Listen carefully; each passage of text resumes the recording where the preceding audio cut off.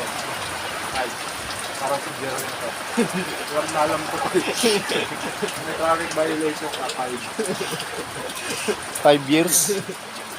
Nag-years lang talaga. Ano ang mga kailangan para sa pagpapasok? Ano to? Ano to? Yan ang kan yung... Anong tawag yan? Bawal ang mag-U-turn. Yung bawal mag-U-turn. Yung U-turnan nga yan eh. Rotonda yan. Rotonda, rotonda yan. Ikot nga yan eh. Sa plastic, recycle dun. Yan. Duplicate daw ng ano, lisensya. Walang duplicate ang Ano lisensya. ang taas ng isang bata upang ito ay hindi na kailangan gumamit ng 150. Ang oras namin meeting, 72. Iba na ngayon, 7150. Ang haba. Nga ba? Lahat pati question na nga ba?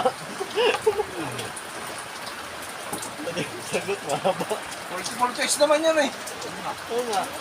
Ganun naman pa yung grade 1 ka lang. Hindi mo lahat. Multiple choice. ABC, ABCD, or D ba? No? 75, pwede na yun. Pasado ka na daw. Sabi niya yung detective. Batay of the... Yan na naman, no? Kailangan maabot yung putres. Kaya nga, ang batay of the... Nalot ang ganun na taas. Yan, ang ba? Fake. Yun sa susunod ang payag. Ang totoo. Pag-sabi ko ng Ano? driver na may hawak na lisensya para sa manual confusion ay maaari magmaneho ng mga Kung sa Inglesan na yan, alam ko eh. Makakasagot ako eh. Pero Tagalog ko eh. 1, 2, 3, 8. Hirapan ako sa Tagalog. ano ang dapat gawin ng pang-law enforcement kung makukusip ka ang isang motorsiklo. Gamitin ng motorsiklo pang samantala. Tama, yun. Ang brindiwala eh. Tawa. Tingnan mo yung nahuli sa Bulacan, no? Na-impound.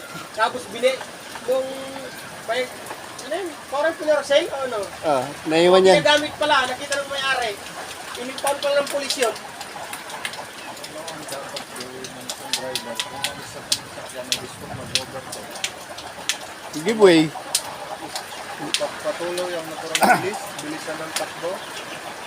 Pagpatuloy. Pagpatuloy. Paano mang kapisan? Pagpagapan ng tulak. Tanggapan ng mga konsehal. Maaari ka bang magmaneho ng motorsiklo? Hindi. Kapag? Eh, dapat ah. Maaari bang gamitin ang isang child restraint system ng pag-ibig na kahit may sako dito? Hindi. Hindi. Paggamit ba ng cellphone ay bawal habang nagmamaneho? Hindi. Hindi. Oo, kung ang driver gumagamit ng radio sa gadget.